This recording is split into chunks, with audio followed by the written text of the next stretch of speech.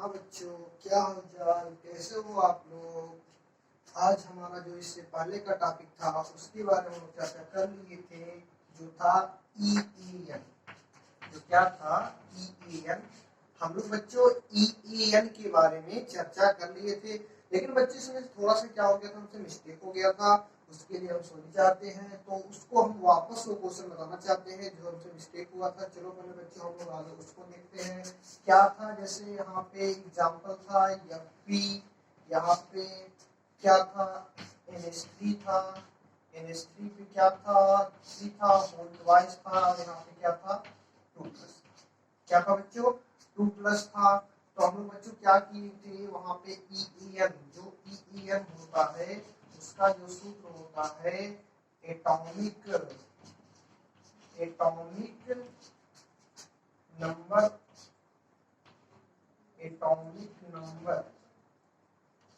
Of CN नहीं थी बच्चों, CN सेंटीमीटर एटम, माइनस क्या था OS था। OS मतलब ऑक्सीडेशन स्टेट था, इसकी ऑक्सीकरण अवस्था थी।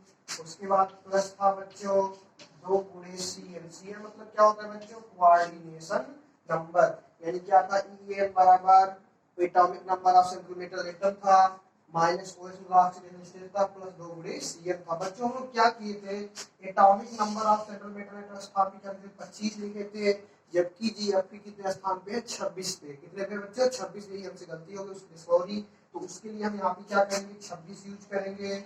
26 और 26 माइनस क्या था, माइनस के बाद क्या था OS में ऑक्सीजन कितना है 2 है। उसके बाद क्या है प्लस है, तो प्लस लगा दो। 2 गुणे CN यानी कोऑर्डिनेशन नंबर कितना होता है बच्चों, यानी यहाँ पे 2 है 2 लिखो, 6 हम लिखे थे तो यहाँ पे 6 लिख दे रहे हैं। तो 2 गुणे यहाँ पे क्या हो जाएगा बच्चों 6 हो जाएगा।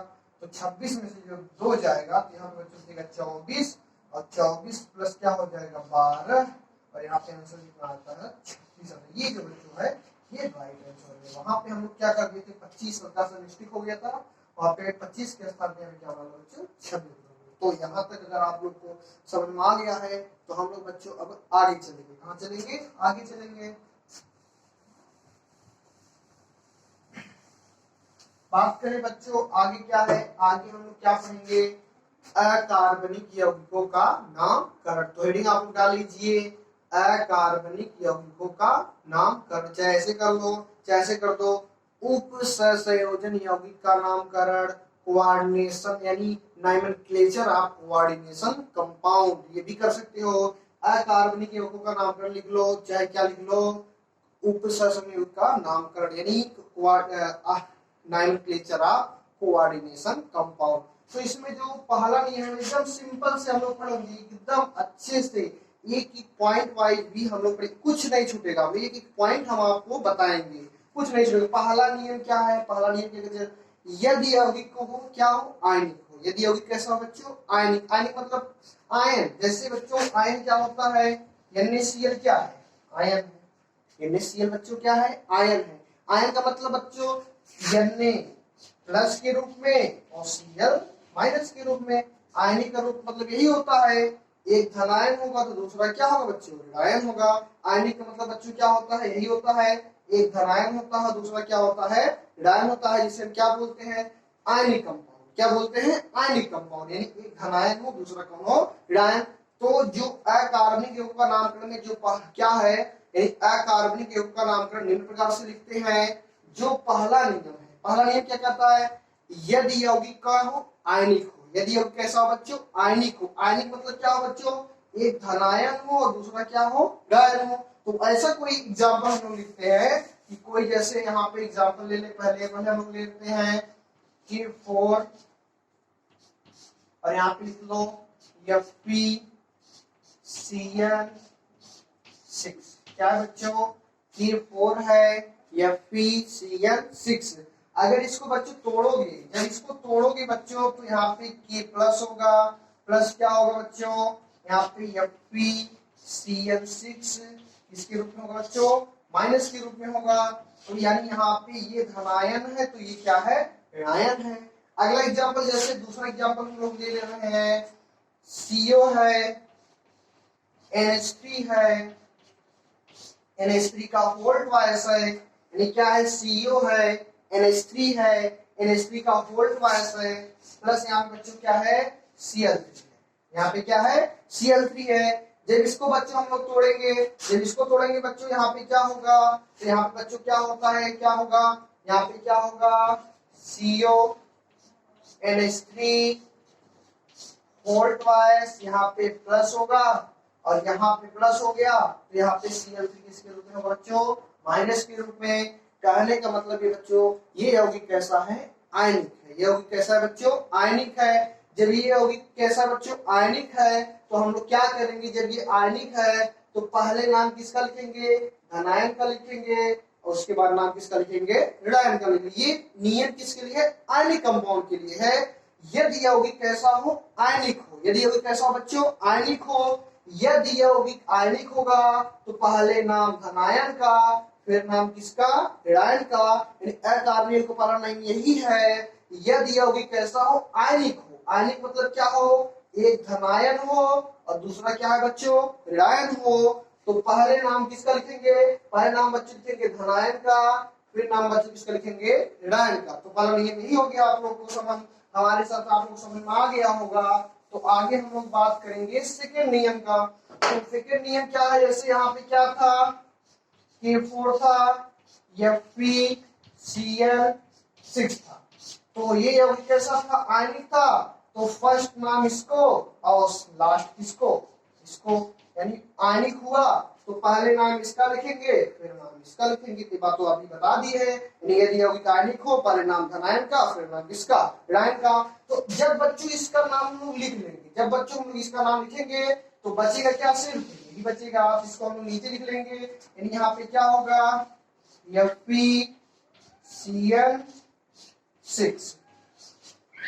मतलब बच्चों ये क्या है बच्चों, ये कोऑर्डिनेशन स्फीयर है बच्चों, ये क्या है बच्चों कोऑर्डिनेशन स्फीयर है। कोऑर्डिनेशन स्फीयर के अंतर्गत क्या होता है केंद्रीय धातु होता है और लिगैंड होता है। पहला नियम तो यहाँ था पहले नाम धनायन का फिर नाम ऋणायन का। अब कार्य करेगा सेकंड नियम, क्या कार्य करेगा सेकंड नियम क्या करेगा, सेकंड नियम क्या कहता है बच्चों, तो सेकंड नियम के लिए अगर हम बात करें तो यहाँ पे क्या होगा, तो पहले नाम किसका यानी कोऑर्डिनेशन स्फीयर है, ये बच्चों क्या है कोऑर्डिनेशन स्फीयर है। तो पहले नाम यानी कोऑर्डिनेशन नंबर में स्फीयर में होगा क्या केंद्रीय धातु होगा और लिगैंड होगा, तो पहले नाम किसका लिगैंड का लिखेंगे और लास्ट में नाम किसका लिखेंगे केंद्रीय धातु का लिखेंगे। तो यानी इस नियम में क्या कहता है, यदि उप सहसंयोजन क्षेत्र में, उप सहसंयोजन क्षेत्र में केंद्रीय धातु होता है और लिगैंड होता है, पहले नाम लिगैंड का फिर नाम किसका केंद्रीय धातु का। यानी यौगिक में अगर एक उप सहसंयोजन क्षेत्र है इसमें क्या होगा एक लिगैंड होगा दूसरा क्या होगा बच्चों केंद्रीय धातु होगा, तो पहले नाम किसका लिगैंड का लिखेंगे फिर नाम बच्चों किसका लिखेंगे केंद्रीय धातु का। तो इतना तक आप लोगों को बच्चों अगर समझ में आ गया होगा तो हम अब तीसरे नियम की बात करेंगे।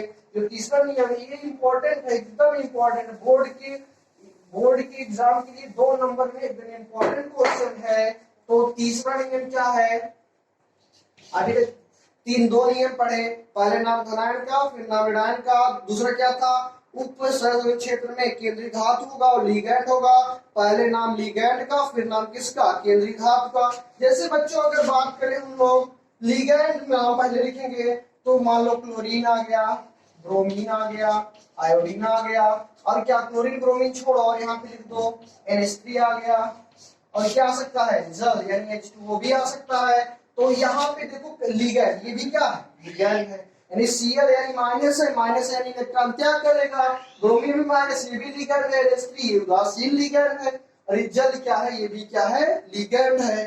तो लिगैंड अगर कई प्रकार के लिगैंड आए तो उनका नाम, तीसरा नियम क्या करनी, तीसरा नियम समझो, यदि यौगिक में क्या हो कई प्रकार के लिगैंड क्या हो उपस्थित हो, यदि यौगिक में क्या हो कई प्रकार के लिगैंड उपस्थित हो तो हम लोग बच्चों क्या करेंगे उनका नाम अंग्रेजी के वर्णमाला के अनुसार लिखेंगे। यानी तीसरा नियम क्या इंपॉर्टेंट नियम है, तीसरा नियम क्या कह रहा है यदि यौगिक में कई प्रकार के लिगेंड क्या हो उपस्थित हो तो उनका नामकरण अंग्रेजी के वर्णमाला के अनुसार करते हैं। जैसे क्लोरीन के लिए क्लोरो, यानी क्लोरीन के लिए क्लोरो सी आएगा, ब्रोमीन के लिए ब्रोमो बी आएगा, NH3 का ये अलग नाम है, इसका हम लोग नाम लिखते हैं अमीन। इसका नाम क्या लिखते हैं बच्चों? अमीन लिखते हैं। और जल के लिए हम लोग यूज करते हैं एक्वा। एक्वा मतलब AQUA, यानी कई प्रकार के। तीसरा नियम क्या कह रहा है? यदि यौगिक में कई प्रकार की लिगेंड आए तो उनका नाम अंग्रेजी के वर्णमाला के अनुसार लिखते हैं। तो उसमें क्या है बच्चों? उसमें यही है, यानी ये क्लोरीन है, ये ब्रोमीन है, ये NH3 अमीन है, तो H2O एक्वा है। तो इनमें हम लोग बात करेंगे पहले नाम किसका लिखेंगे। अब बताओ ABCD में पहले आएगा, देखो ये अमीन है, ये अमीन है, ये एक्वा है, दोनों ए से शुरू है। लेकिन सेकेंड अक्षर यम, MNOPQ, यानी पहले यम पहले आएगा और क्यू बाद में आ जाएगा। अब आगे बात करो, ABCD में जो पहले आएगा उसमें पहले लिखेंगे। देखो ये C है, ये B है, ये A है, ये भी A है, लेकिन ये यम है, MNOPQ है, यानी ये पहले आएगा तभी आएगा। यानी पहले नाम अमीन का लिखेंगे, फिर नाम किसका लिखेंगे? एक्वा, यानी सेकेंड नाम किसका लिखेंगे? एक्वा लिखेंगे।